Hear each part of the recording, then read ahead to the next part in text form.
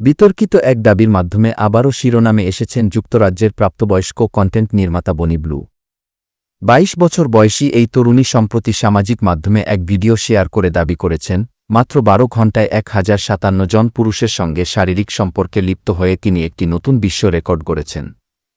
বনি, যিনি only fans প্ল্যাটফর্মে কন্টেন্ট নির্মাতা হিসেবে জনপ্রিয়তা অর্জন করেছেন, জানিয়েছেন যে এটি তার জন্য একটি ব্যক্তিগত মাইলফলক এবং এর মাধ্যমে তিনি নিজস্ব সীমা ও শারীরিক সক্ষমতাকে চ্যালেঞ্জ করেছেন। সংবাদমাধ্যমকে দেওয়া সাক্ষাৎকারে তিনি এই ঘটনার সত্যতা নিয়েও বক্তব্য রেখেছেন। তবে তার এই দাবি ঘিরে অনলাইনে শুরু হয়েছে তীব্র বিতর্ক।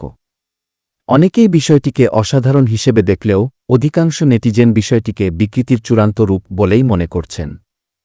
অনেকে প্রশ্ন তুলছেন এই ধরনের তথ্য প্রকাশের সামাজিক প্রভাব ও নৈতিক অবস্থান নিয়ে।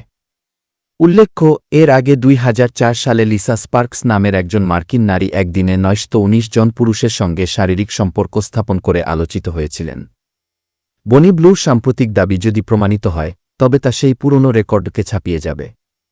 প্রাপ্ত তথ্য অনুযায়ী, বনি মূলত ১৮ থেকে ১৯ বছর বয়সীদের লক্ষ্য করে কন্টেন্ট তৈরি করেন।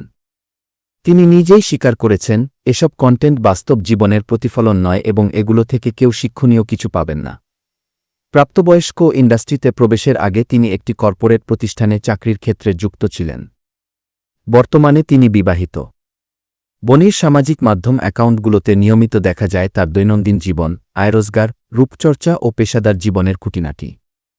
যদিও এসব খোলামেলা তথ্য অনেকের কাছে আগ্রহের বিষয়, অনেকেই এটিকে অপ্রয়োজনীয় বা অতিরিক্ত বলেও মনে করছেন। এই ধরনের ঘটনা কি উদযাপনের বিষয় নাকি উদ্বেগের? এই প্রশ্নই এখন ঘুরপাক খাচ্ছে সমাজের নানা স্তরে।